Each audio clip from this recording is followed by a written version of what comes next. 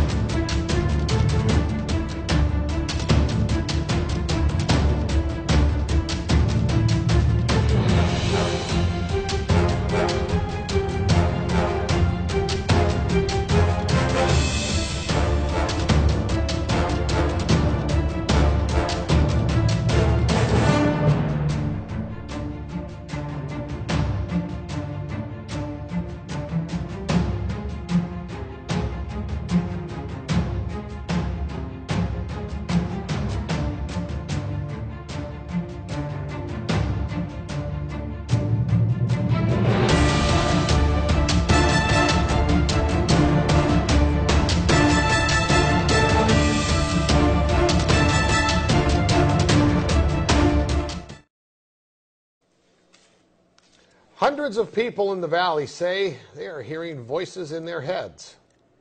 And those voices are being transmitted by microwave or other methods. Well, several viewers asked us to investigate what they call electronic harassment. KMIR 6's Angela Monroe joins us now with what she's discovered. Angela. Electronic harassment, synthetic telepathy, voice-to-skull technology. Chances are you haven't heard of these terms, but after searching the internet, I found dozens of websites dedicated to the phenomenon and several Valley residents who say they're victims. How much more can you invade me than to go into my brain? It sounds like somebody else is reading the book, only it's thoughts. We're not having a group hallucination. This is actually something that's happening. These men all live in the area, didn't know each other before the voices started, and say someone is playing mind games with them. Mostly it's a lot of derogatory comments about whatever you're thinking about. Kevin Bond says he used to have a normal life. I was living in the San Diego area, was clerking for a federal judge, and I noticed that I was being followed by a whole bunch of people. According to the websites, what Bond is describing is called gang stalking. He moved to Palm Springs to escape. I started hearing, as you'll hear, hearing voices and what they'll call voice-to-skull or microwave hearing. Bob Stansfield says his experience was similar and started a decade ago. They were active in following me around here, and I started hearing the voices a little bit after the vehicular stalking. Randall Ringer says the voices started when he was undergoing chemotherapy. The first thing that was said was Randall Ringer. And I sat up straight and I went to into the bathroom, and I looked in the mirror, looked myself in the eyes, and I said, did that really happen? Bond says he's found more than 300 victims locally and is tracking others across the state through billboards. In Johnson Valley, a Freedom House just opened to help people who believe they are being targeted. To many of you who find yourselves the object of covert harassment, that there is hope and that you are not alone, and that we are striving to find legislation and we're working towards freedom for all. Derek Robinson leads a national group called Freedom from Covert Harassment and Surveillance. He says he knows who's playing mind games. Rogue government officials that are sponsoring this, also corrupt business officials, and private citizens. And he also told us how. Most of it is delivered by microwave, and I believe it's satellite delivered. Bond says neurotransmitter chips that run off body electricity have been inserted into some people. And they assign cell phone numbers to them. The cell phone numbers are then run through a computer, and a computer translates your thoughts. This crime has been available to the military for 60 years. We sat down with local psychiatrist Dr. Alan Drucker to get his professional opinion. There's no scientific evidence and there's no objective evidence to show that what they believe to be happening is factually true. So what does the doctor believe is behind these voices? Information that I found on many of these websites really confirms or is consistent with what I see in delusional disorders. But these men disagree. I've been to a psychiatrist and they gave me anti-schizophrenia medication and it did absolutely nothing. I'm Rosa Corey and I'm from the United States, California. And my topic, what I speak about, is one of the most vitally important issues of our age, and that is United Nations Agenda 21, Sustainable Development. It is the inventory and control plan. Inventory and control of all land, all water, all minerals, all plants, all animals, all construction, all means of production, all food, all energy, all information, and all human beings in the world. And this is a plan that was agreed to by 179 nations back in 1992. It's a United Nations plan. It's called the Agenda for the 21st Century. And so many of us around the world think that, sustainable development, it just sounds so great. Isn't it about recycling and creative reuse and creating energy and food resources for everyone? And the answer is no, it really is not. It's about moving populations into city centers, concentrated city centers, and clearing them out of the rural areas. So I found out about it in a very unusual way, actually. because I spent my career as a legal witness, as an expert witness for the California Department of Transportation. I'm an expert in land use and land valuation. And so, of course, I was valuing property for the government so that the government could acquire that property for road projects.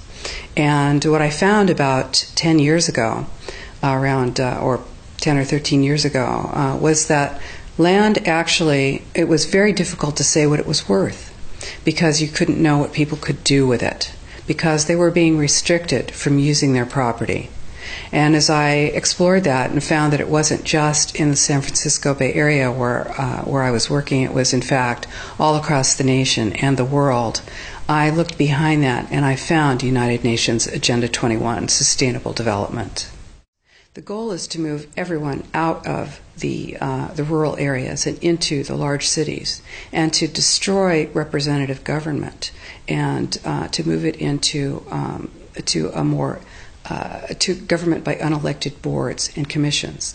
Now, here in the EU, of course, you've already moved to that position, where it's an erasure of jurisdictional boundaries, an erasure of national boundaries. And that is the goal, because, as Zbigniew Brzezinski said in 1995, you can't just impose globalization pell-mell as a total movement. You have to do it incrementally, and the way to do that is through regionalization. Every nation that signed on to Agenda 21 has its local Agenda 21 plan. People in the United States are completely unaware of this. If I go out and talk about this, the United States press attacks me and calls me a conspiracy theorist, which is totally ridiculous. It is a conspiracy, but it's not a theory. It's a fact. Here in Europe, it's openly spoken about, local Agenda 21. The principles are public-private partnerships, which is fascism. And this is how it's implemented on the ground, is through this joining together between corporations, non-governmental organizations, and governments in order to cut out the actual individual, your voter, and instead to take that to a level where we literally cannot penetrate. And this is the goal. So this is already far progressed in Europe.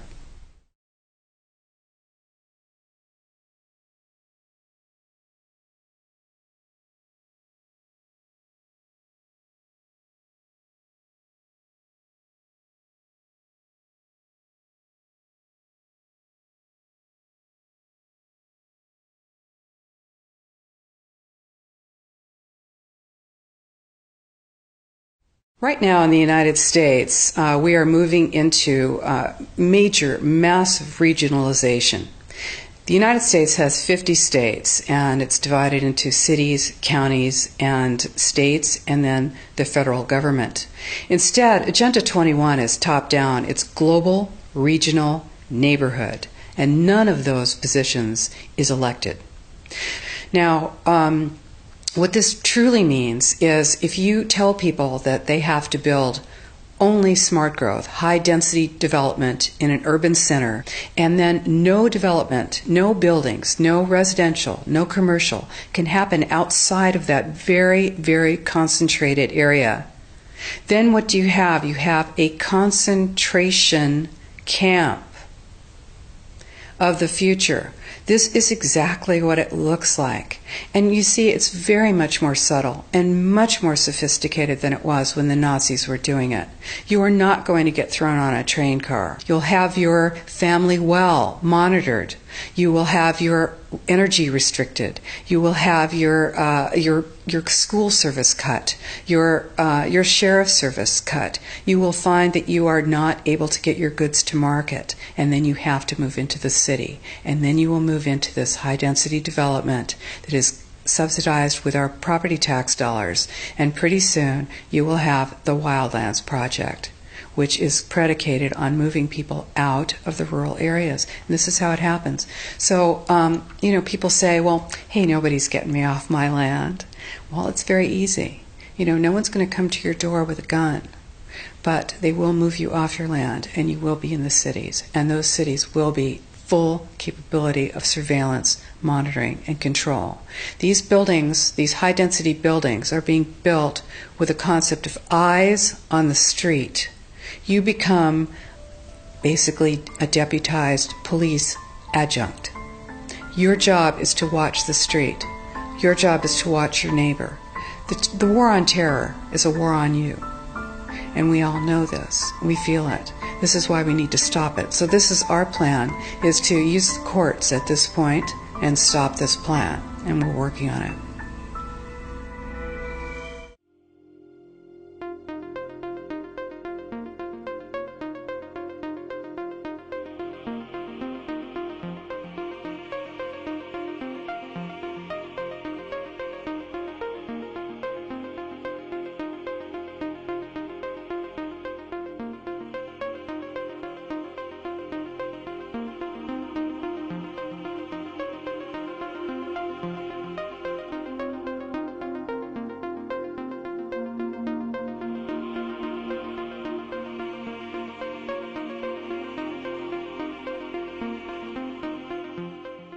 Smart meter is part of a much bigger picture and a much bigger design. A two-way transmission device that ties into the larger smart grid plans that are being built out across the world. Ce réseau entièrement pilotable, c'est le réseau intelligent, aussi appelé Smart Grid, la combinaison d'équipements informatiques et électroniques pour piloter le réseau électrique. L'élément essentiel à ce système, c'est votre compteur électrique qui devient communicant. Grâce au Smart Grid, on pourra détecter une surtension liée à une trop forte production et y apporter immédiatement la meilleure solution. Soit en activant le fonctionnement d'appareils électriques, votre chauffe-eau par exemple, soit en passant un ordre de stockage à la batterie de votre véhicule électrique. En cas de sous-tension, ce même compteur donnera un signal de réduction temporaire des consommations du client. Cette nouvelle technologie dessine le profil des réseaux de demain. En France, ce sont 35 millions de compteurs communicants qui permettront de gérer cet équilibre entre les productions et les consommations. Un réseau piloté au service de tous, capable d'intégrer et d'accompagner nos usages actuels et futurs de l'électricité.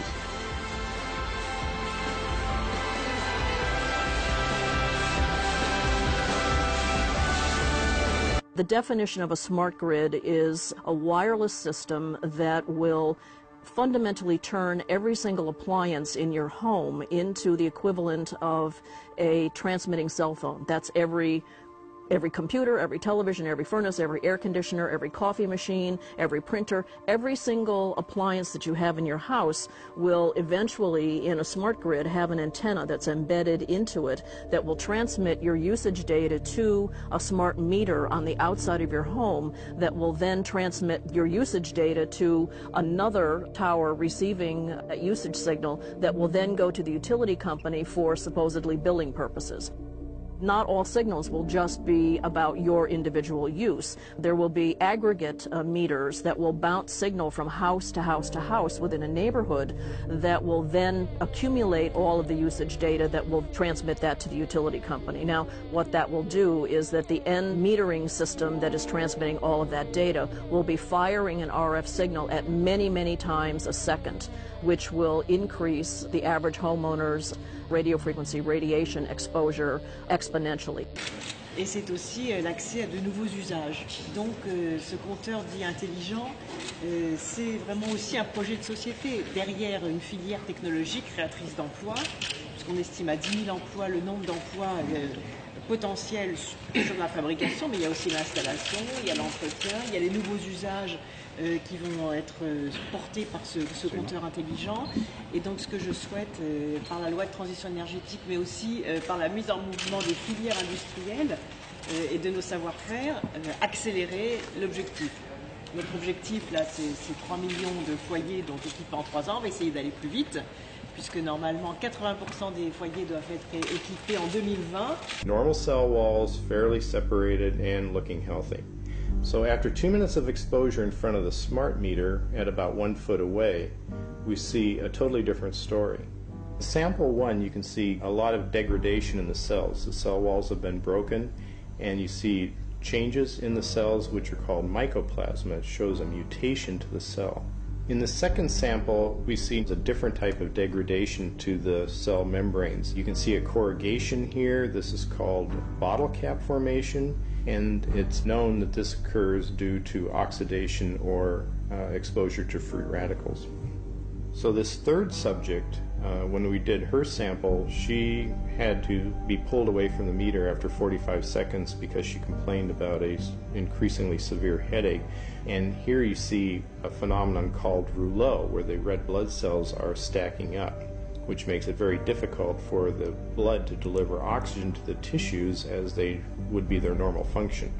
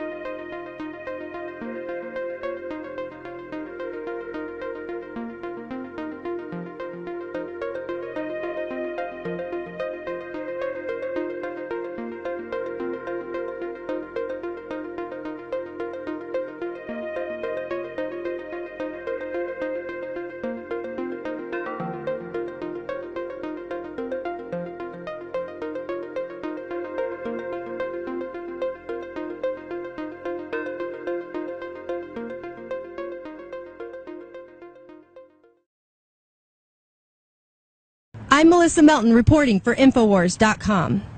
As Agenda 21, the United Nations plan to take control of the world from the local level up, grows across America under the guise of the Green Movement, our national sovereignty, our personal freedom, and our very way of life is under attack. What is Agenda 21 for new listeners? Why is it important? And what are the new big developments? I mean, is it safe to say the battle is joined right now, Rosa? For people who don't know what Agenda 21 is, it's not what is Agenda 21, it's almost what isn't. It is the blueprint, it is the action plan to inventory and control all land, all water, all plants, all minerals, all construction, all animals, all means of production, all energy, all information, and all human beings in the world. It is a completely comprehensive plan, it's global, and it's implemented locally. Agenda 21 highlights include the destruction of the family unit in the name of sustainable development, with people being forced to live in tight, compact cities and high-rise stack-em-and-pack-em apartments no bigger than this 16 by 16 foot space. This map, entitled Simulated Reserve and Corridor System to Protect Biodiversity, illustrates how the UN's Agenda 21 plan would work in the United States. Under this takeover, all personal property rights would cease to exist. The red zones, which make up the map's majority, will be mandated for little to no human use. The yellow zones are buffer zones for highly regulated use. Only in the scant green areas is any normal human use allowed. The tiny black dots are the dense megacities, where transportation will be tightly controlled, freedom will be restricted, and people will be packed in like sardines, living in tiny 275 square foot units amounting to little more than jail cells, all in the name of saving the earth. Linky, c'est quoi? C'est un boîtier qui va remplacer votre compteur actuel, mais c'est un boîtier qui va être radio-connecté. C'est-à-dire qu'il va émettre des fréquences, des micro-ondes, des hautes fréquences comme le portable, le Wi-Fi, les antennes relais, tout ça. Donc il faut déjà savoir qu'en 20 ans, puisque les premiers portables sont arrivés dans les années 92 à peu près, un truc comme ça, il faut savoir qu'en 20-25 ans, il y a eu plus de 100 000 antennes relais d'installées en France, notamment sur des tours où on installe 18 antennes relais sur la tête des gens et que les gens sont en train de mourir. Donc je vais vous préparer une vidéo parce que j'ai déjà été voir les gens et les gens sont en train de mourir. On leur demande pas leur avis, c'est des HLM. Et c'est des pauvres gens justement qui n'ont pas les moyens de se défendre, de déménager et tout. Et on leur met ça sur la tête, ils tombent malades, mais on s'en fout et on leur demande pas leur avis. Donc il faut savoir qu'il y a déjà en 20 ans, ça a pris une ampleur, donc il y a les antennes relais, il y a les Wi-Fi qui se sont, depuis 10-15 ans, là même pas, qui se sont déployés partout, c'est-à-dire que maintenant qui n'a pas une box connectée en Wi-Fi chez lui, qui tourne matin, midi et soir, alors qu'ils s'en servent pas forcément tous les jours. Il y a les téléphones avant qui émettaient que quand on téléphonait, mais maintenant ils sont tous connectés machin, donc ils rayonnent et ils émettent toute la journée, donc vous prenez le bus, le tram, vous vous faites irradier la gueule toute la journée. On est en train de déployer ça dans les écoles, à tout va, voilà, sans aucune précaution, malgré tous les signaux d'alerte, malgré tous les gens qui essayent de dire la vérité, parce qu'il faut bien savoir que ceux qui essayent de dire la vérité, la vraie vérité, on n'a aucun intérêt financier là-dedans. Par contre, ceux qui essayent de faire déployer ça à tout va avec de la précipitation et tout, eux, ils ont des intérêts financiers. Et eux, ils ont plutôt intérêt à mentir, que nous, moi et tous ceux qui disent la vérité, on n'a aucun intérêt à mentir, donc ça il faut bien que vous le compreniez. Et on veut juste dire la vérité, prévenir les gens parce que tout le monde est en train de tomber malade à cause de ça.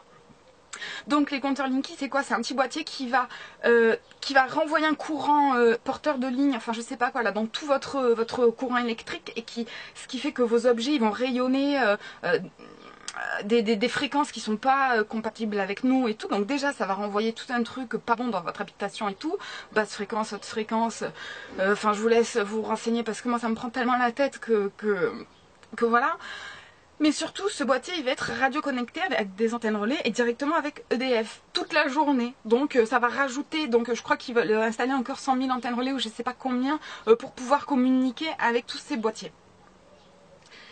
Et en fait, donc je vous parle même pas des gros problèmes de sécurité au niveau de la vie privée, au niveau des incendies, au niveau de la technologie en elle-même qui est pas compatible avec les câbles électriques qui sont déjà installés, tout ça. Je vous parle même pas de ça. Moi, je veux juste vous parler du problème de santé publique auquel on est confronté. Et là, pour moi, l'État est en train de faire un crime contre l'humanité. Alors je sais pas si les gens qui sont en train de prendre ces décisions sont vraiment au courant de la dangerosité du truc, mais je vous en supplie, il faut arrêter, Et pourquoi je fais cette vidéo? Parce que moi et beaucoup d'autres, là je vis dans une chambre blindée, c'est-à-dire que sans peinture anti-ondes, je sens les ondes et je ne peux plus dormir parce que ça s'active dans mon cerveau, ça tape, ça brûle, c'est horrible. Je ferai une vidéo avec tous les symptômes que ça m'a fait toutes ces dernières années où ça m'est arrivé et puis où j'ai tout compris et où maintenant je peux me protéger et où ça va mieux. Mais c'est un truc de fou. C'est un truc de fou. Donc moi là je suis obligée de vivre dans une chambre blindée. Je n'ai plus aucun endroit où aller. Je peux même plus reprendre un appartement. Les appartements je peux même pas reprendre une maison. À la rigueur je pourrais trouver une maison si elle n'était pas mitoyenne, si il n'y avait pas trop de voisins trop près, si j'étais sûre que le propriétaire ne accepte pas d'installer ce compteur Linky, parce que on va être obligé de payer genre 1500 €, je sais pas combien, si on refuse l'installation du compteur Linky. Donc c'est juste un truc de ouf. Et je veux juste vous lire en fait un des mails parmi tant d'autres que je reçois et que vous compreniez un petit peu ce qui se passe. En fait c'est un mail de Annie Lobé qui est journaliste scientifique indépendante. C'est un extrait du mail et qui explique un petit peu ce qui se passe. Parce qu'ils ont reçu un dossier de presse suite à la conférence de presse qu'a fait Ségolène Royal le 18 août. Donc il faut savoir qu'apparemment c'est depuis le 13 août que ça a été voté obligatoire en fait. Voilà, ça sera votre nouveau compteur. Très bien. Linky est un compteur intelligent. Installé à domicile, il permet de consulter la consommation électrique du foyer en un coup d'œil et peut être contrôlé à distance sans l'intervention d'un technicien. Après 8 mois d'expérimentation, le petit boîtier vert se montre moins malin que prévu. Le syndicat intercommunal d'énergie d'Indre-et-Loire engage un recours gracieux auprès du Premier ministre contre le décret de mise en place de Linky. Sur les 100 000 foyers tests de Touraine, le syndicat note une cinquantaine de plaintes d'usagers. Et généralement, elles ne concernent pas le boîtier lui-même, mais le manque d'informations. Le syndicat craint cependant que la période d'expérimentation soit trop courte pour évaluer le dispositif.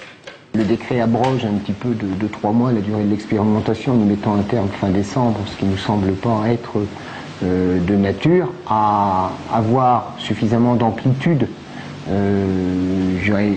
sur la durée de l'expérimentation. Une directive européenne rend obligatoire l'installation de ces compteurs. En France, si l'expérience est concluante, les boîtiers verts envahiront 100 000 foyers d'ici 2020.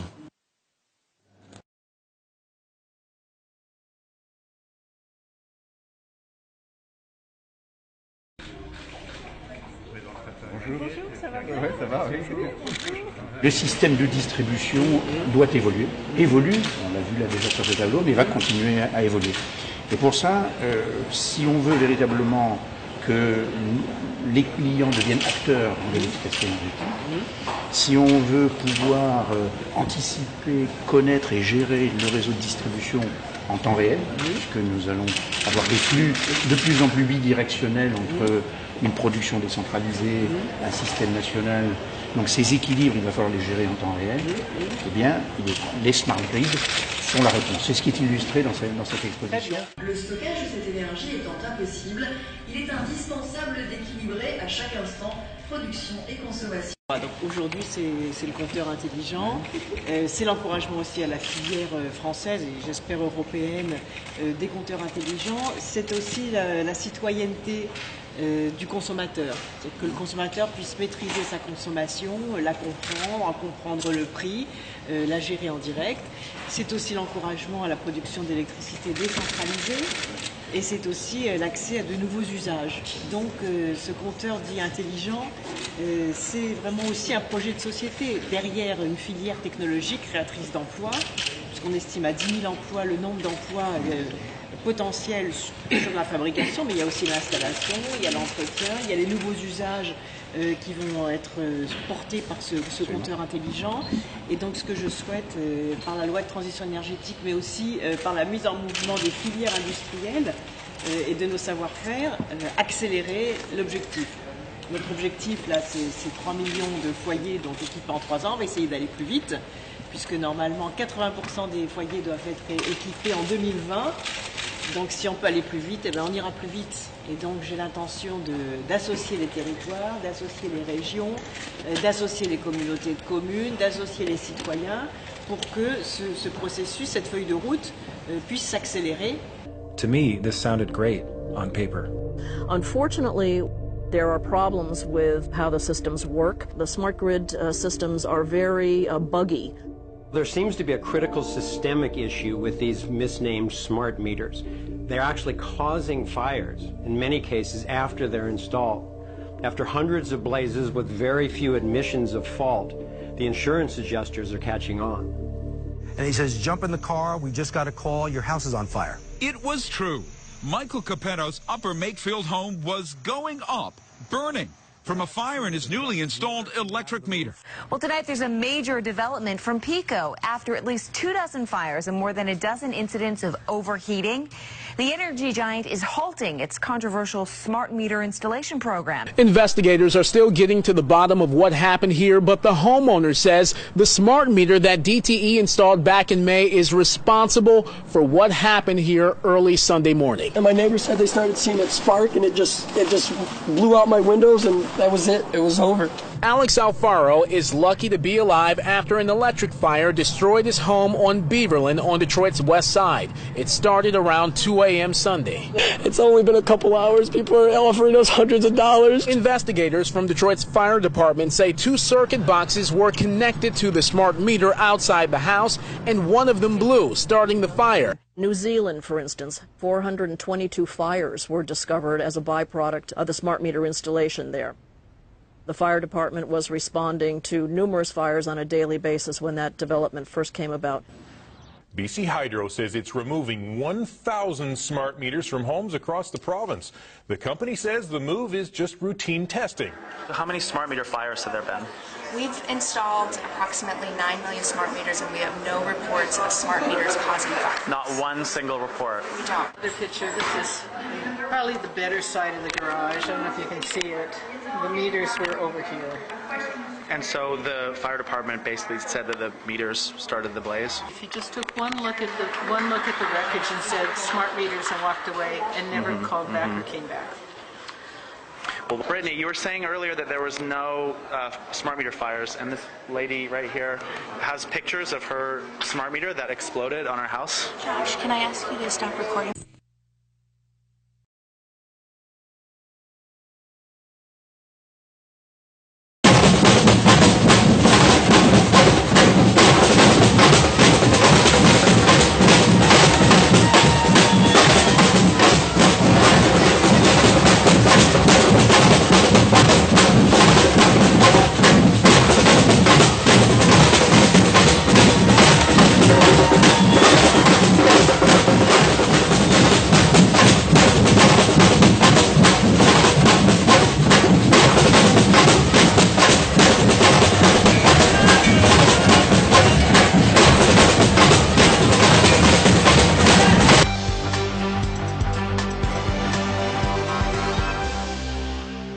Mais tout d'abord, doit-on craindre ces nouveaux compteurs d'eau numériques?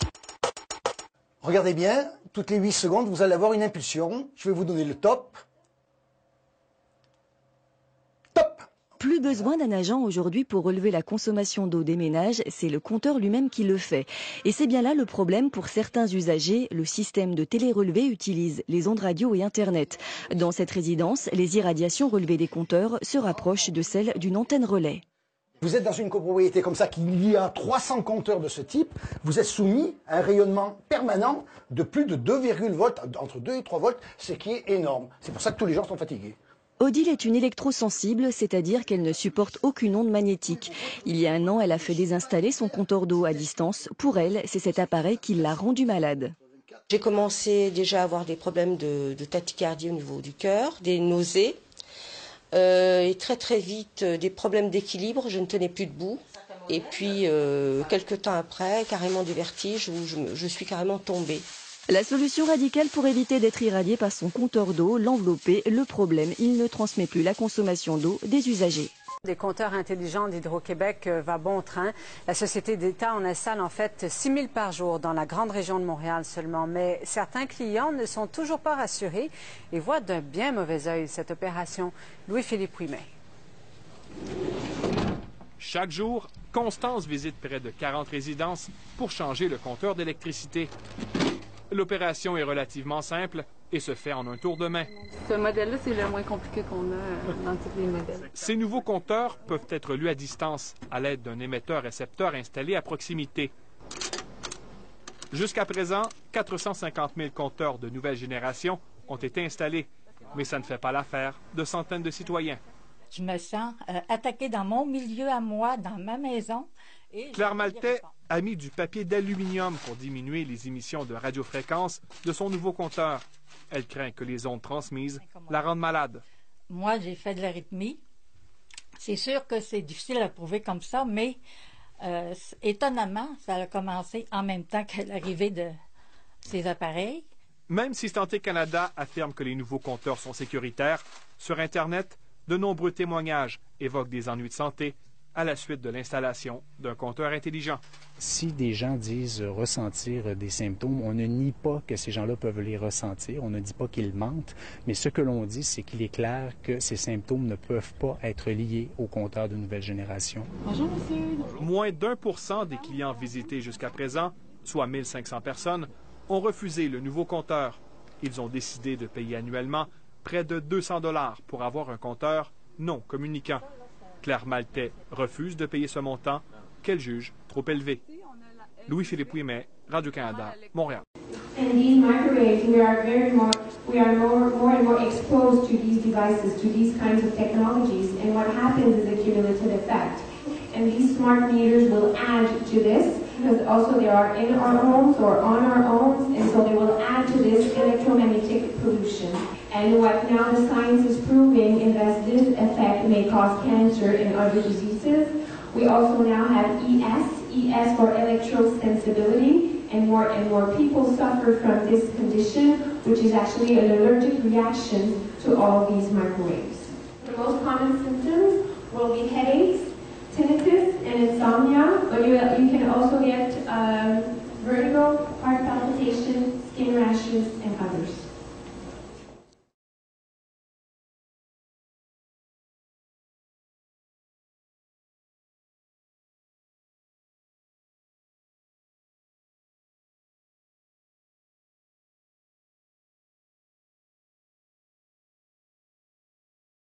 There's 32 different smart meters inside this building. So what I did was I brought in a meter that measures the levels of radio frequency radiation, and what I'm finding is that these smart meters are emitting radiation every few seconds. But Pepco says smart meter communications take place every 4 to 6 hours.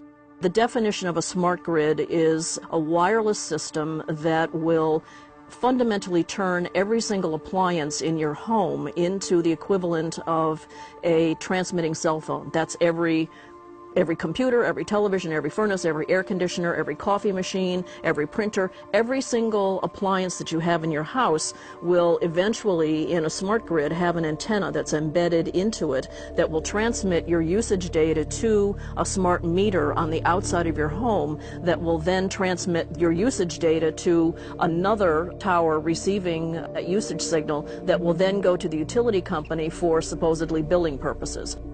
Not all signals will just be about your individual use. There will be aggregate meters that will bounce signal from house to house to house within a neighborhood that will then accumulate all of the usage data that will transmit that to the utility company. Now, what that will do is that the end metering system that is transmitting all of that data will be firing an RF signal at many, many times a second, which will increase the average homeowner's radio frequency radiation exposure exponentially. And we now have vast amounts of published science on microwave radiation and health effects. The data we're going to look at are all published science, testing results, or public standards. At the bottom end of the radiation scale of what's called power density or signal strength is the minimum level at which cell phones will work, which was found to be 0.2 billionths of a microwatt per centimeter squared. Pine needles were found to age prematurely at 0.000027. At short-term exposures of 0.5, children aged 8 to 17 experienced headache, irritation, concentration difficulties, and behavioral problems. 0.1 is the biobiology or building biology guideline for extreme concern. 1.0 produced sperm DNA fragmentation and a decrease in sperm viability in vitro. Also at 1.0, the science shows the following bodily effects can occur: headaches, dizziness, fatigue, insomnia, chest pain, difficulty breathing, and indigestion. 2.5 saw altered calcium metabolism in heart muscle cells. 4.0, changes in the hippocampus affecting brain memory and learning. And at 6.0, DNA damage in cells. So, where are smart meters on this list? Electrical Power Institute in December 2010 measured a single Itron smart meter with pulses up to 7.93 microwatts per centimeter squared. Our own testing indicated approximately 8.0 with 1 meter. Normal cell walls, fairly separated and looking healthy. So after 2 minutes of exposure in front of the smart meter at about 1 foot away, we see a totally different story. Sample 1, you can see a lot of degradation in the cells. The cell walls have been broken, and you see changes in the cells which are called mycoplasma. It shows a mutation to the cell. In the second sample, we see a different type of degradation to the cell membranes. You can see a corrugation here. This is called bottle cap formation, and it's known that this occurs due to oxidation or exposure to free radicals. So this third subject, when we did her sample, she had to be pulled away from the meter after 45 seconds because she complained about an increasingly severe headache. And here you see a phenomenon called rouleau, where the red blood cells are stacking up. Ne veulent pas du compteur Linky d'EDF. Stéphane Lhomme, bonjour. Bonjour. Merci d'être avec nous, conseiller municipal à Saint-Macaire, en Gironde, militaire écologiste et antinucléaire que nous recevons assez souvent ici. Le compteur Linky, arrivé de ce nouveau compteur dit intelligent d'EDF qui doit, d'ici 2021, remplacer l'ensemble des 35 millions de compteurs électriques. Nous avons tous chez nous un compteur électrique, c'est prévu par la loi. Et vous ne voulez pas de Linky, pourquoi ? Eh bien, ce compteur, non seulement les vertus qui sont prétendues ne sont absolument pas au rendez-vous, et qui plus est, ce compteur et le système qui va avec, parce qu'il y a tout un tas de matériel qui va être installé dans les communes pour transférer les informations, eh bien, ce compteur pose de graves problèmes d'émissions d'ondes électromagnétiques qui sont très controversées au niveau de la santé, mais aussi de captation d'informations sur la vie privée qui peuvent être utilisées à des fins commerciales ou policières. C'est un véritable Big Brother que chacun va avoir dans son domicile si on se laisse faire. Et puis on peut même parler de problématiques environnementales graves puisqu'il s'agit de se débarrasser de 35 millions de compteurs actuels en parfait état de marche. Alors il va, paraît-il, être recyclé, mais on doit recycler des objets en fin de vie. Alors là, c'est pas du tout le cas. Et qui plus est, il faut rajouter que Il y a le programme donc de compteur électrique, Linky, mais il y a aussi la même chose pour le gaz, Gaspard, et pour l'eau, ce qui fait au total 80 millions de compteurs en parfait état de marche qui vont être jetés. Ça commence par un désastre environnemental. Et puis, évidemment, comme je vous disais, il y a les problèmes des ondes électromagnétiques et de la surveillance de la vie privée. Alors, ERDF nous dit que c'est un compteur communicant, c'est-à-dire qu'il peut recevoir des ordres et envoyer des données sans l'intervention physique d'un technicien. Ça facilite la vie des clients de ERDF. Et par exemple, lorsqu'il y a du vent, tempête, comme il y a eu ce week-end en Normandie, en Bretagne, eh bien, ça permet de savoir plus vite quel est le client coupé, qui n'a plus accès à l'électricité. Enfin, ça permet aux réparateurs d'intervenir plus vite. Oui, alors ça, ce sont des arguments. On a aussi l'argument que c'est indispensable pour intégrer les énergies renouvelables dans le système électrique français. Or, on a le contre-exemple de l'Allemagne qui fait beaucoup plus d'énergie renouvelable et qui a annulé le programme de compteurs communicants. Ah bon Oui, tout à fait. Après une grande étude confiée au cabinet Ernst & Young. Et donc, l'Allemagne a décidé de ne mettre ce compteur que pour des très très gros consommateurs, donc des industriels. Et la quasi-totalité des habitants n'en auront pas. Donc c'est aussi un des prétextes qui tombe, et puis le fait qu'on nous dit qu'on ne peut pas s'y opposer parce que c'est une décision de l'Europe, vous savez, c'est un argument bien pratique. Or on voit que l'Allemagne s'est assise dessus sans aucun problème, et donc évidemment nous en France on n'est pas du tout obligé de se plier à ça, surtout que les compteurs d'électricité appartiennent aux collectivités territoriales et la plupart du temps aux communes. Les maires ne le savent même pas parce que jusqu'à présent personne ne s'était posé la question, et donc c'est évidemment un biais. Alors apparemment ça ne coûte rien, ça ne coûte rien aux clients, hein. Ni le compteur, ni l'intervention, enfin bon, etc., etc. C'est pas facturé directement, mais c'est nous qui payons, puisque sur nos factures d'électricité, il y a un pourcentage important qui est versé à ERDF pour justement la distribution de l'électricité. Et donc cet argent, normalement, il doit servir à renforcer le réseau pour justement enterrer les lignes, pour renforcer les endroits où il y a des risques de coupure. Et ces au moins 5 milliards, mais sûrement beaucoup plus, puisqu'on sait toujours que dans ce genre d'affaires, les budgets sont explosés. Ces milliards ne vont pas servir justement au réseau, ils vont servir à ce programme qui finalement est un programme qui est fait pour les sociétés commerciales, puisque EDF, Engie, Direct Energy et compagnie sont piaf d'impatience de l'installation de ces compteurs pour pouvoir se brancher dessus et faire un business très important, récupérer des informations, c'est ce qu'on appelle le big data, c'est-à-dire des informations très précises sur les clients, de manière à ne plus faire la même publicité pour tout le monde comme à la télé par exemple, mais des publicités directement adaptées aux clients, puisque nous sommes ramenés au rang de clients alors que nous étions des usagers. Donc dans votre commune vous dites non, il y a une 60aine de communes en France qui ont déjà dit non à ce compteur Linky, c'est-à-dire que quand vous avez quelqu'un de RDF qui arrive, vous lui dites de repartir, quoi. Alors effectivement, on a d'abord été contacté par GRDF pour le compteur Gaspard. Ah d'accord, pour le gaz. Oui. Mais donc effectivement, on a pris une position générique, et d'ailleurs le 6 avril, on va prendre 3 délibérations municipales, une contre le compteur communicant électricité, une contre le compteur communicant gaz et une contre le compteur communicant d'eau. Ça c'est très important parce que si on se laisse faire, chaque logement va avoir jusqu'à 3 voire même 4 compteurs communicants, puisque parfois il y en a 2 pour l'eau, un pour l'eau chaude, un pour l'eau froide. Et donc, ces compteurs envoient des ondes électromagnétiques soit dans le circuit électrique de la maison, c'est le cas du Linky, soit par des ondes radio qui partent donc vers des antennes que les sociétés veulent poser dans les villages, dans les villes, sur les bâtiments élevés, sur l'église, sur des tours par exemple. Et donc on aurait ces 4 systèmes avec tout un tas de matériel dans les rues, des transmetteurs, des répartiteurs, ainsi de suite. Et tout ça nous ferait baigner dans un bain d'ondes électromagnétiques qui sont très controversées. L'Organisation mondiale de la santé reconnaît d'ailleurs qu'il y a encore de très fortes inconnues, et nous ne voulons pas servir de cobaye pour voir si dans 5, 8 ou 15 ans on a plein de cancers.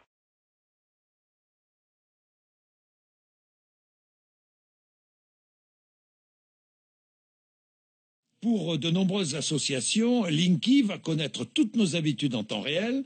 Par exemple, à quelle heure je consomme le plus d'électricité, donc à quelle heure je me trouve chez moi. Et on ne sait jamais, ERDF pourrait transmettre ces infos à d'autres entreprises, ou même peut-être aux autorités en cas d'enquête. Attendez, c'est un compteur qui mesure des courants électriques et qui ne sait pas reconnaître l'électron qui vient de la machine à laver, de la télévision, de votre fer à repasser ou autre. Oui. Ce n'est qu'un compteur. Oui. Et donc nous, on n'a aucun intérêt à aller surveiller la vie des uns et des autres.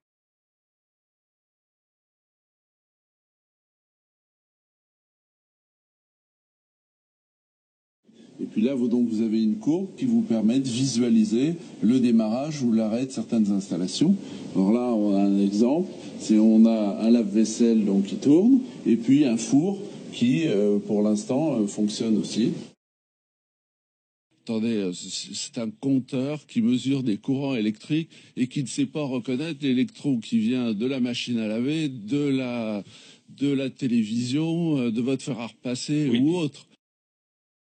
Et puis là, vous avez une courbe qui vous permet de visualiser le démarrage ou l'arrêt de certaines installations. Alors là, on a un exemple, on a un lave-vaisselle donc qui tourne, et puis un four qui, pour l'instant, fonctionne aussi.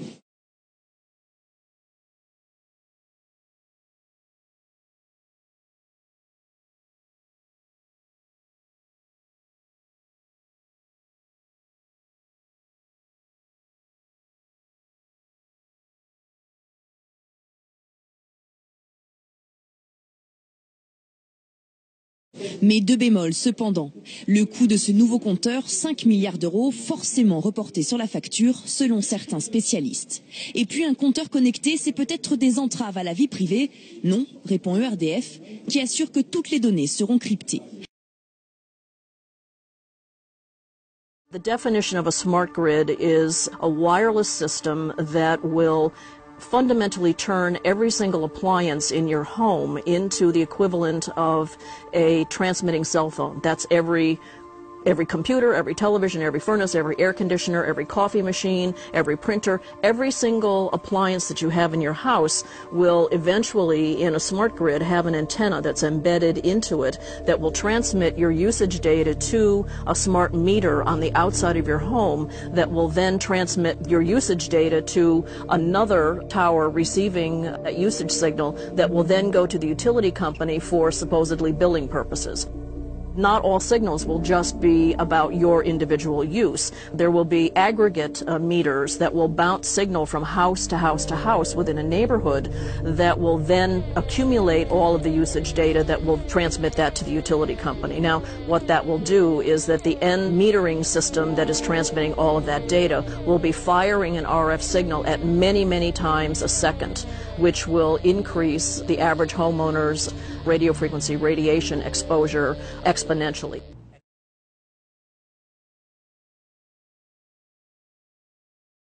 La presse entière. 16 août 1951. La ville de Pont-Saint-Esprit est prise de panique. Tout le monde était affolé, hein. Les gens se questionnaient les uns aux autres et on n'est pas malade. Il sautait dans son lit, il disait la maison voyez, la maison va s'écrouler, je sens bien que les murs bougent. Des centaines d'habitants poussent des cris, vomissent.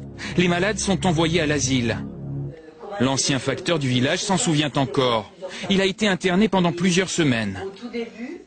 Ils m'ont mis la table de force, que j'ai gardé pendant une bonne vingtaine de jours. Je voyais du rouge, du dégoût, des serpents, des rats, tous les animaux de la nature un peu. Rapidement, le pain de cette boulangerie est mis en cause. Une seule et unique fournée qu'on estime alors contaminée à l'ergot de seigle, un champignon hallucinogène.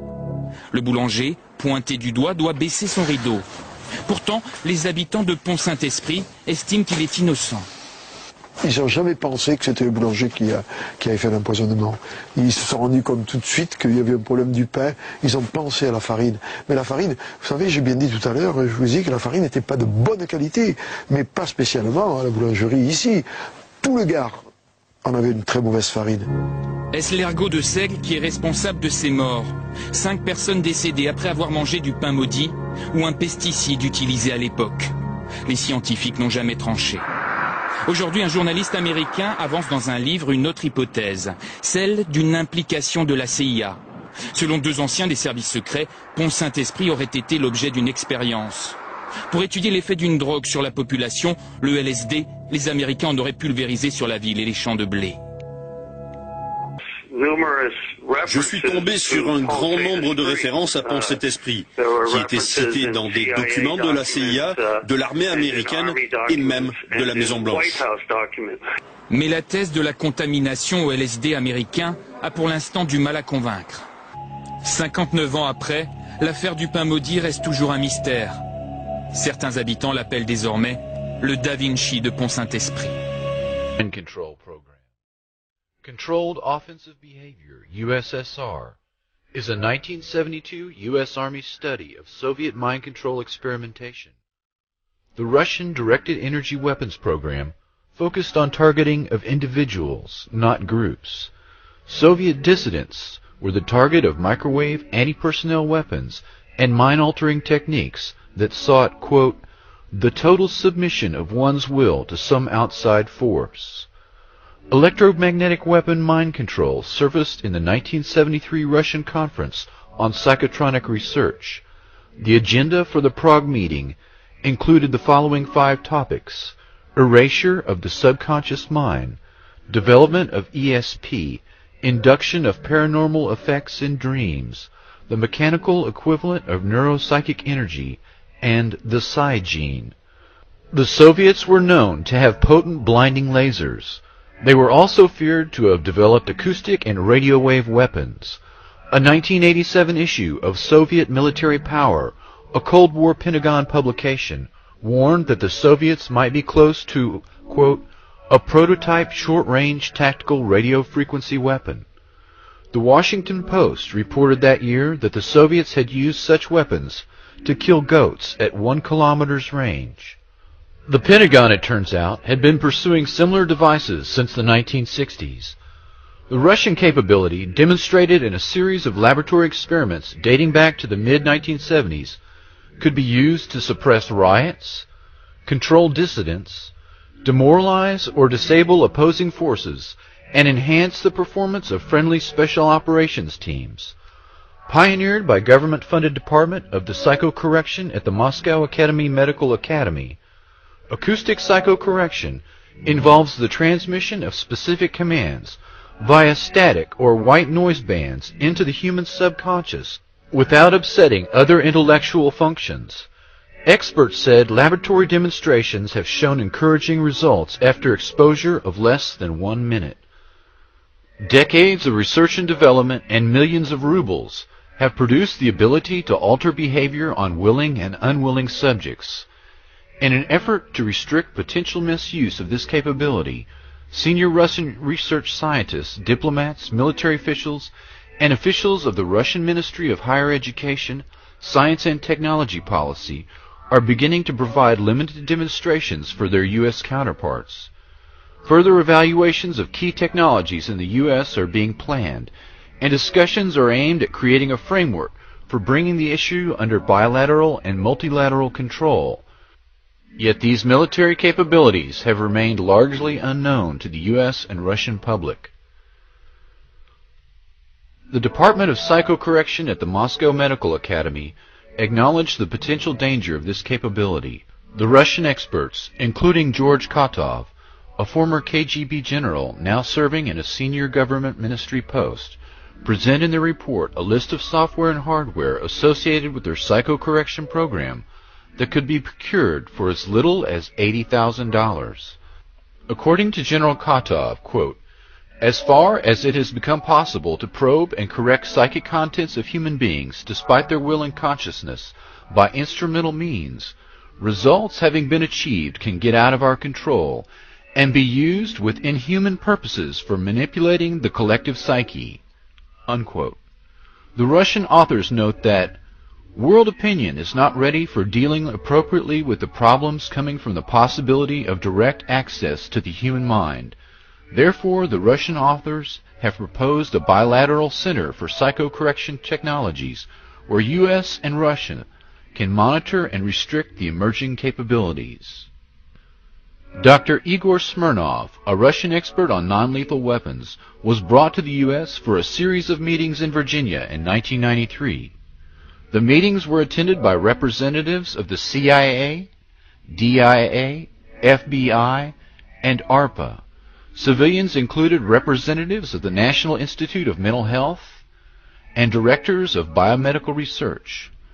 Dr. Smirnov and his non-lethal weapons technology was brought to Waco during the Branch Davidian siege in 1993 in hopes of using them on David Koresh, but a software problem reportedly made this impossible, and Smirnov could not guarantee its safety.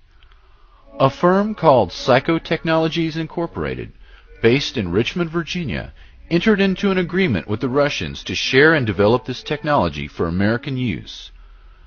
Dr. Smirnov died of a heart attack in 2005, and his patent is now held exclusively by Psychotechnologies Corporation. Psytech is controlled by Colonel John B. Alexander, NSA General Michael Aquino, and Lieutenant Colonel Albert Stubblebine, among others. He needs the money. This is called computerized psychotechnology. First, we gather information from the subconscious. Then we determine how a specific personality works. Officially for psychiatric use, this device was born of the long-standing Soviet effort to get inside the head of the enemy. At normal speed, the numbers on the screen appear meaningless. But when we slowed down our video frame by frame, we found subliminal flashes of words.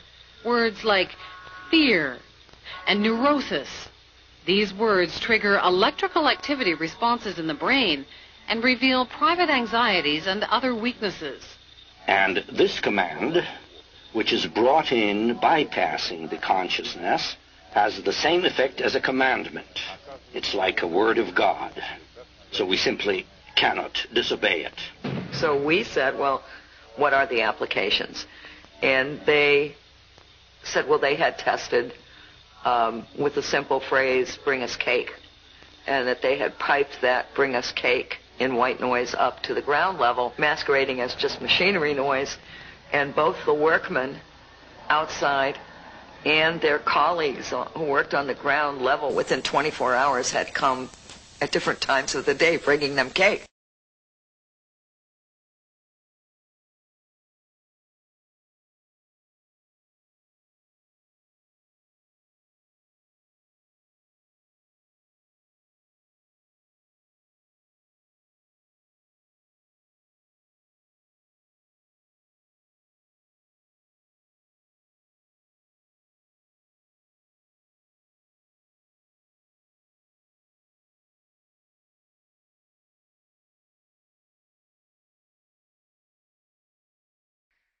The data we're going to look at are all published science, testing results, or public standards. At the bottom end of the radiation scale of what's called power density, or signal strength, is the minimum level at which cell phones will work, which was found to be 0.2 billionths of a microwatt per centimeter squared. Pine needles were found to age prematurely at 0.000027. At short-term exposures of 0.05, children aged 8 to 17 experienced headache, irritation, concentration difficulties, and behavioral problems. Point 1 is the Biobiology or Building Biology Guideline for extreme concern. 1.0 produced sperm DNA fragmentation and a decrease in sperm viability in vitro.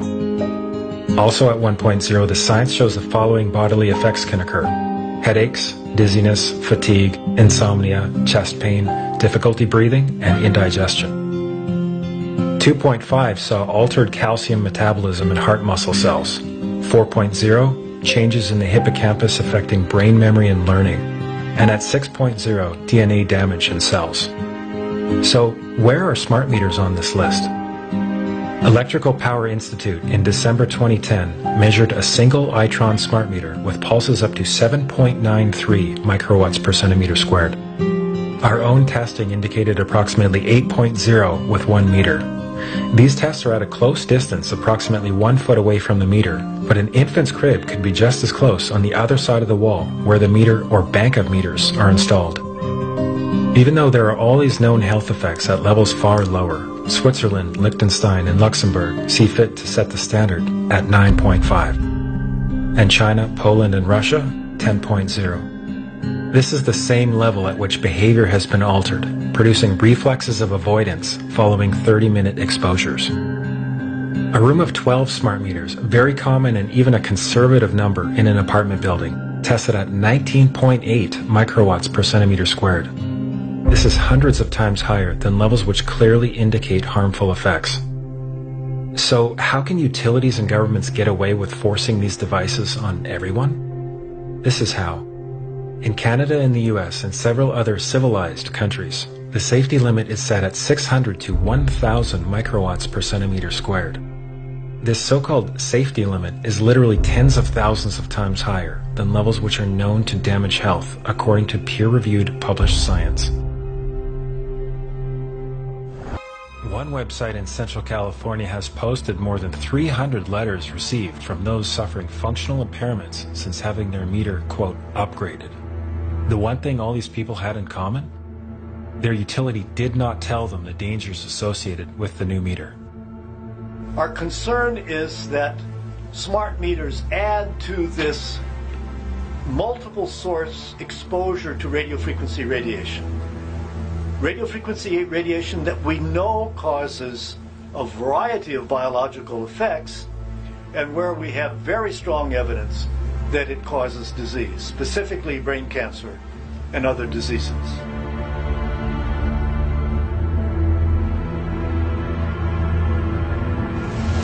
There have now been more than 6,000 published scientific studies on the health effects of microwave radiation since the 1930s, and with the vast majority showing that there is some biological damage being done, the jury's no longer out on whether this is harmful. Even by 1972, we have the U.S. Navy producing an unclassified report of health effects on the human body observed from microwave radiation, summarizing more than 2,300 studies. 5 pages of observed human health effects in this report include headaches and insomnia. I was walking by and I got like a flash headache. It's painful. How many times did that happen? Every time I walked by it, which was a bunch of times. Vagomometic or irregular action of the heart. They were installed in my house, and shortly after that, I started experiencing pretty significant heart palpitations. Anxiety. I was nervous a lot and I couldn't sleep. Chest pains.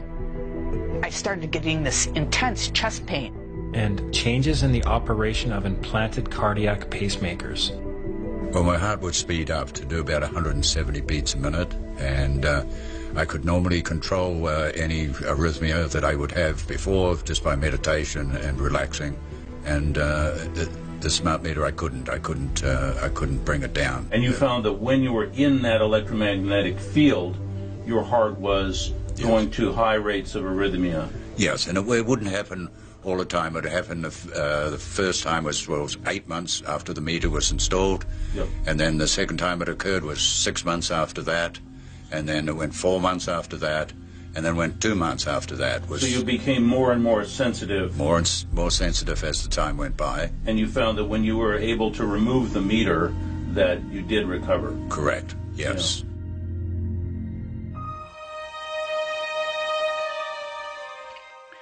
L'homme étant totalement bioélectromagnétique, toutes les irradiations par les ondes électromagnétiques artificielles impactent les échanges électriques neuroniques des canaux ioniques.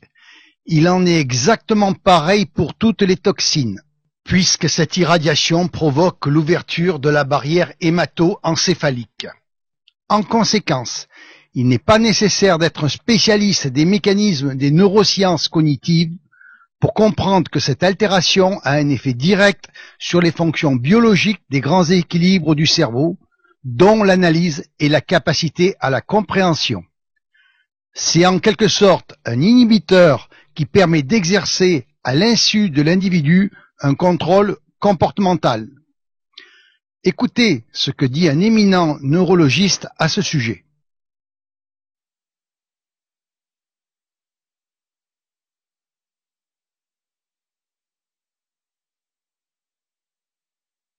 We're developing a society because of all of these different toxins known to affect brain function. We're seeing a society that not only has a lot more people of lower IQ, but a lot fewer people of higher IQ. In other words, a dumbing down, a chemical dumbing down of society. So everyone's sort of mediocre. That leaves them dependent on government because they can't excel. We have these people of lower IQ who are totally dependent. Then we have this mass of people who are going to believe anything they're told because they can't really think clearly. And very few people of very high IQ who have good cognitive function who can figure this all out. And that's what they want. So, you know, you can kind of piece it together as to why they are so insistent in spending so many hundreds of millions of dollars of propaganda money to dumb down society.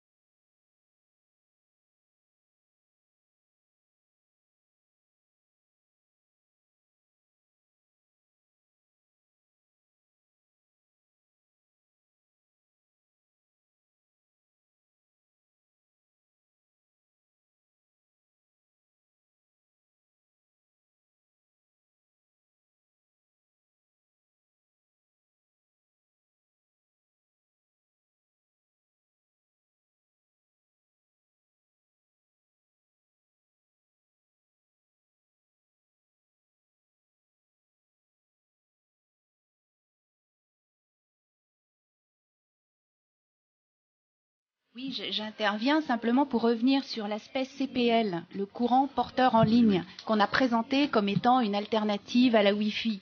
Il y a des gens qui ont acheté ça et qui sont persuadés qu'ils ne sont pas intoxiqués. Eh bien, en réalité, le CPL, le courant porteur en ligne, est toxique.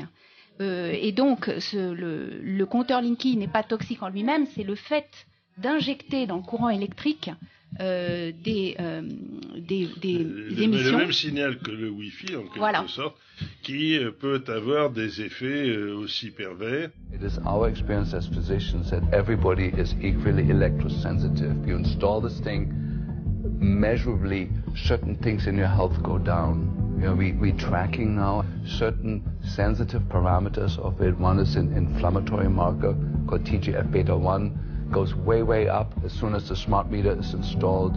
The MMP9, that's metalloproteinases, go way, way up. These are inflammatory markers. The copper level in the serum goes up as a sign of chronic inflammation driven by something that's suddenly there. The hormones go way off. The neurotransmitters go way off. So we have lab tests that we can show. Here's the patient. We monitor him for 10 years before. He was completely normal. The smart meter was installed 6 months later. The patient looks like a dying patient from the lab work. And we find those changes even in people that say, well, my wife is sick since the smart meter's in there, but I'm totally healthy. But we look at the lab work, it looks just as bad. Yeah, so some people have an awareness of health and goodness in them, and other people don't. But from what our experience is that everybody is affected by it. It's not just a few 3% of electrosensitive people. Did you hear about people coming to you as far as having complaints about illness? We were made aware of health complaints following installation of smart meters, and we wanted to verify this using our field work. So I measured the field of about 30 different people while they stood 1 foot in front of the smart meter, and in every single case, the human energy field was obliterated as they stood in front of the smart meter. We wanted to then verify this at the physical level using dark field microscopy. And then we also did a control group to find out if the old analog meters had the same effect on the blood as the smart meter. So in our first slides, what we see is normal cells, and the structure of the cells is intact and sound. This is what we would expect from a normal sample. With the subject standing 1 foot in front of the analog meter, there were no significant changes to these blood samples in any of the 3 that we tested. In our second set of tests, we're using the smart meter. Before the exposure, we see the same thing as we saw in the first samples. Normal cell walls, fairly separated and looking healthy. So after 2 minutes of exposure in front of the smart meter at about 1 foot away, we see a totally different story. Sample 1, you can see a lot of degradation in the cells. The cell walls have been broken, and you see changes in the cells which are called mycoplasma. It shows a mutation to the cell. In the second sample, we see a different type of degradation to the cell membranes. You can see a corrugation here. This is called bottle cap formation, and it's known that this occurs due to oxidation or exposure to free radicals. So this third subject, when we did her sample, she had to be pulled away from the meter after 45 seconds because she complained about an increasingly severe headache. And here you see a phenomenon called rouleau, where the red blood cells are stacking up, which makes it very difficult for the blood to deliver oxygen to the tissues as they would be their normal function. Every single one of these is a degradation. Every single one of these shows a trauma to the blood cells, and that came from something, and the only variable was the smart meter. The good news in all this is the patient and the blood can return to normal once they have been removed from the influences of these stressors. So this thing about electrosensitive, 3 or 5% of people are affected and everyone else is okay, I mean, what do you have to say about that? There are changes whether they feel them or not. Maybe they're not out there complaining about it or trying to make other people aware of what it's doing to them, yet they're still being affected by it. Je voulais faire un point de droit sur le Linky. Il y a 2 contrats ERDF qui existent, c'est-à-dire il y a le contrat ancien, qu'à peu près 80% des abonnés ont, qui est le contrat d'avant le 1er février 2014. Ce contrat est donc antérieur au 1er février 2014, et ce contrat est très clair. Ce contrat définit les obligations de ERDF comme fournisseur professionnel, et ERDF a l'obligation de respecter ce contrat, c'est-à-dire que ERDF ne peut pas changer les termes du contrat. Un contrat vaut loi, et il ne peut pas modifier la qualité et les caractéristiques de l'électricité. Donc ce contrat protège les 80% de la population, dans le sens où la population peut refuser le changement de compteur, puisque l'électricité serait modifiée dans sa structure et dans sa qualité. Donc pour les personnes qui ont ce contrat datant d'avant le 1er février 2014, juridiquement, il n'y a vraiment rien d'autre à faire que de refuser tout simplement le compteur. Mesdames, messieurs, si on vous propose un compteur Linky, eh bien, vous envoyez une lettre à EDF en recommandé avec accusé de réception. RAR. Recommandé avec accusé de réception, c'est important, disant que vous refusez la modification de votre contrat. C'est la chose la plus simple, et en fait, le problème est réglé. Malheureusement, ça ne règle pas le problème des gens qui déménagent ou qui changent leur contrat. Alors, je vais en parler. Donc, dans le contrat antérieur à février 2014, il est stipulé qu'il y a une seule fréquence qui est 50 Hz, et c'est une norme qui a été définie par la Commission de régulation de l'énergie, et cette norme, c'est NF-EN 50-160, qui apparaît clairement dans le contrat. Donc le problème est réglé pour les personnes qui sont abonnées. À condition qu'ils le manifestent. À condition, bien sûr, qu'ils le manifestent. Parce qu'il faut bien voir que l'EDF a envoyé à toutes ces personnes, n'est-ce pas, voici votre nouveau contrat, etc., signé là. Et il faut que ces personnes disent non, je refuse, je veux conserver le contrat que j'ai toujours eu sans modification. Donc il y a déjà 35 millions d'abonnés qui sont à l'abri, puisque... À l'abri, à condition qu'ils réagissent comme il faut. À condition de décider d'exister. Voilà, à condition de décider d'exister. Maintenant, le problème se pose pour les personnes qui sont abonnées après février 2014. Parce que le nouveau contrat ERDF, dans ses conditions de vente, a changé. Et évidemment, il est passé de 4 pages à 12 pages. 12 pages qui sont quasiment illisibles pour le consommateur. Et il est stipulé dans ce nouveau contrat, dans l'article 2.8.21, que le fournisseur se réserve le droit de modifier la qualité de l'électricité distribuée. C'est-à-dire qu'il propose, enfin il impose plutôt, c'est le terme exact, une deuxième fréquence qui ne sera plus la fréquence 50 Hz, mais qui sera la fréquence qui va de 95 kHz à 490 kHz. Donc il n'y a plus une seule fréquence, comme dans le précédent contrat. Ça, c'est qu'on rajoute la fréquence. On va rajouter une deuxième fréquence. La fréquence de flicage. Voilà, la fréquence de flicage. Et comme personne ne lit le contrat, et que ce contrat est illisible et que personne concrètement ne va le lire, personne ne peut. Mais il reste encore une solution juridique, même dans ce cas de contrat après février 2014, parce que il y a une loi du 7 décembre 2006 qui est une loi relative au secteur de l'énergie. Cette loi, c'est le numéro 2006-1537, et il est clairement stipulé dans cette loi que le gestionnaire d'un réseau d'électricité ou de gaz est chargé d'exercer les activités de comptage pour les utilisateurs raccordés à son réseau. Ces activités de comptage, c'est bien sûr la fourniture, la pose, le contrôle métrologique, l'entretien. Il n'est d'aucune manière stipulé que le gestionnaire de réseau peut s'approprier le contrôle des puces intégrées dans tous les appareils domestiques destinés à la domotique personnelle. Donc, ERDF, si vous voulez, peut prendre à distance le contrôle de tous les appareils électriques, et ça n'est pas stipulé, même dans le nouveau contrat.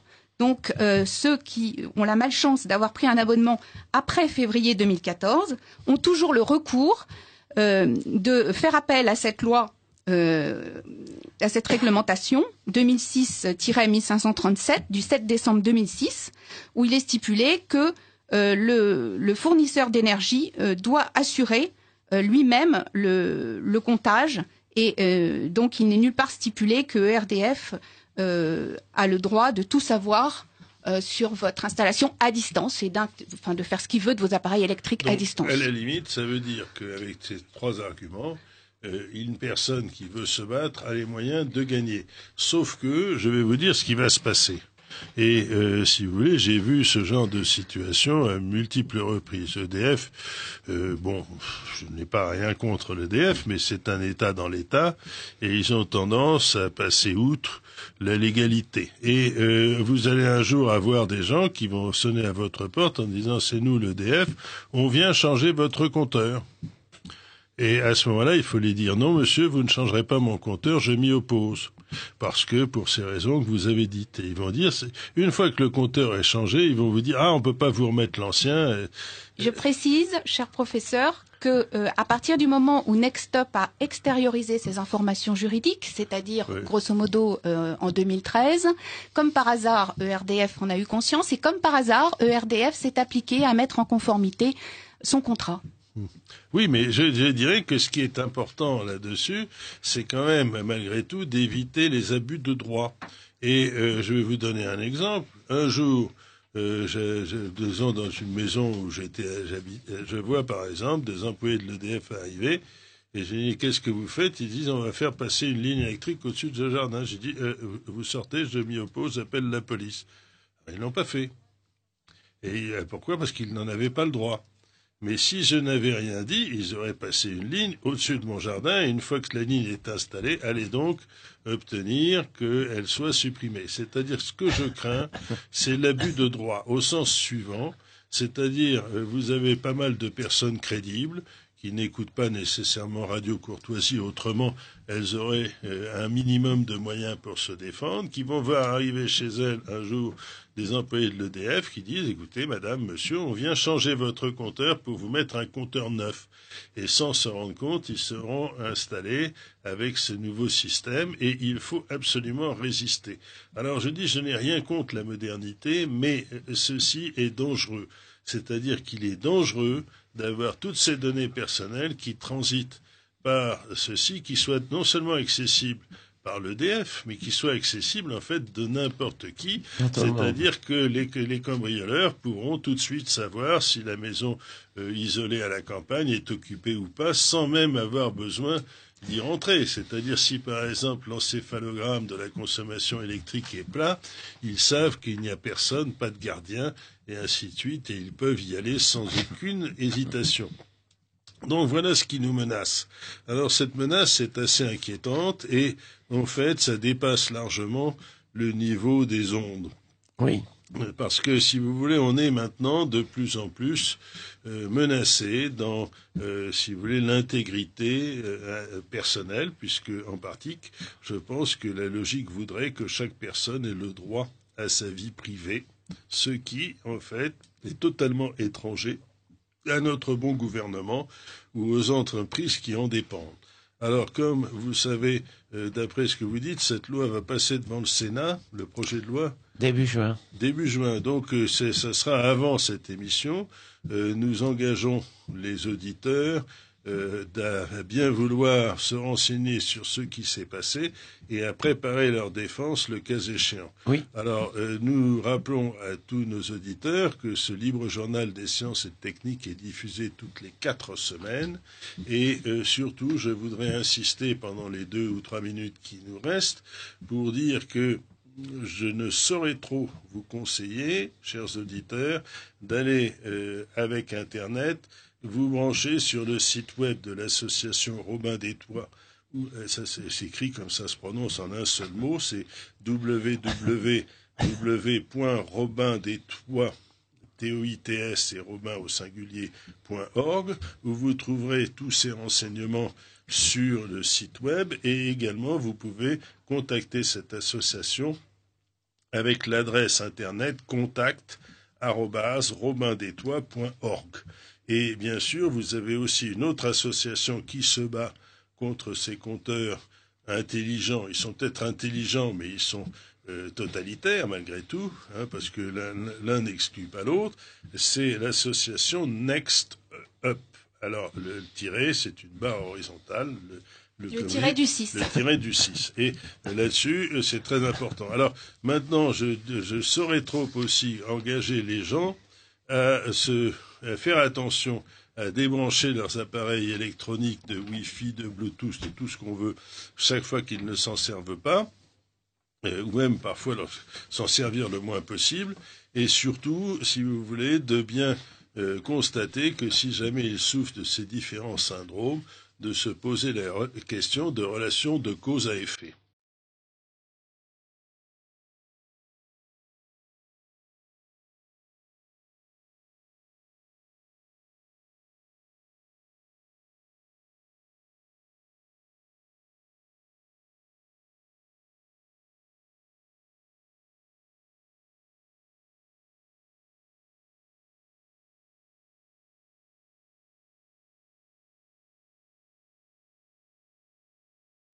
Robin des Toits a été contacté depuis 3 ans, c'est-à-dire depuis que ce type de compteur est mis en service par de nombreuses personnes.